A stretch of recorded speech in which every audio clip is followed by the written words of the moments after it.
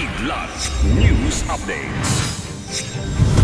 Sa ating mga balita, dalawa pang anti-submarine platforms planong bilhin ng Philippine Navy. Isang lalaki nawawala, dalawa sugatan sa banggaan ng dalawang bangka sa Palawan. Bulkang Taal muling nagbuga ng makapal na usok. 1 hanggang 2 bagyo papasok sa bansa ngayong Disyembre ayon sa Pag-asa. Ako po si Cesar Soriano, kasama ang buong puwersa ng Kidlat News Channel para ihatid ang mga nangungunang balita sa buong kapuluan ngayon.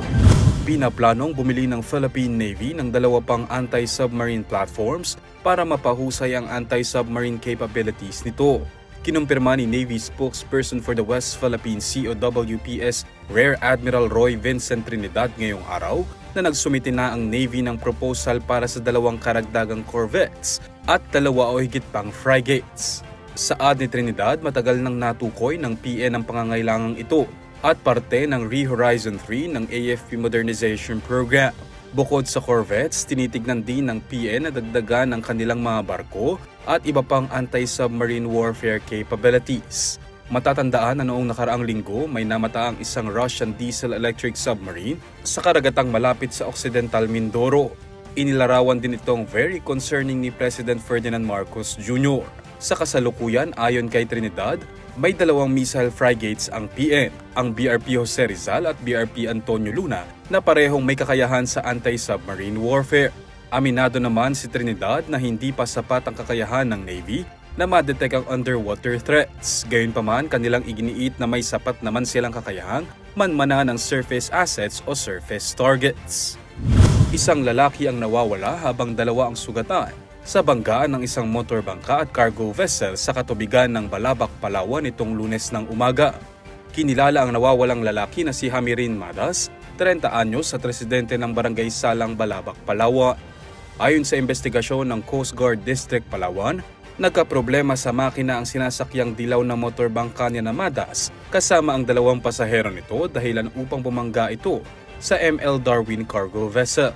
Patuloy naman ang isinasagawang search and rescue operation sa nawawalang biktima habang ligtas namang nasagip ang 2 pa nitong kasamahan na agad idinala sa paggamutan. Naitala ang isang minor phreatic eruption sa Bulkang Taal ngayong araw, batay sa ulat ng Philippine Institute of Volcanology and Seismology o PHIVOLCS. Kuha sa CCTV footage na ito mula sa Talisay Operations Center ang biglaang pagputok ng bulkan 5:58 AM. Lumikha ng makapal na grayish plume at umabot sa taas na 2,800 meters ang pagsabog mula sa main crater ng bulkan. Bagamat nananatili sa Alert Level 1 ang Taal, patuloy ang paalala ng PHIVOLCS sa publiko na iwasan ang pagpunta sa Volcano Island na itinuturing na isang permanent danger zone. Samantala, kahit mababa ang kasalukuyang alerto, may potensyal pa rin ang biglaang pagsabog at volcanic tremors sa bulkan na maaaring magdulot ng panganib. Patuloy naman ang pagbabantay ng ahensya sa aktibidad ng bulkan habang pinapayuhan naman ng publiko, lalo na ang mga nasa kalapit na komunidad, na maging handa at sumunod sa abiso ng mga lokal na pamahalaan.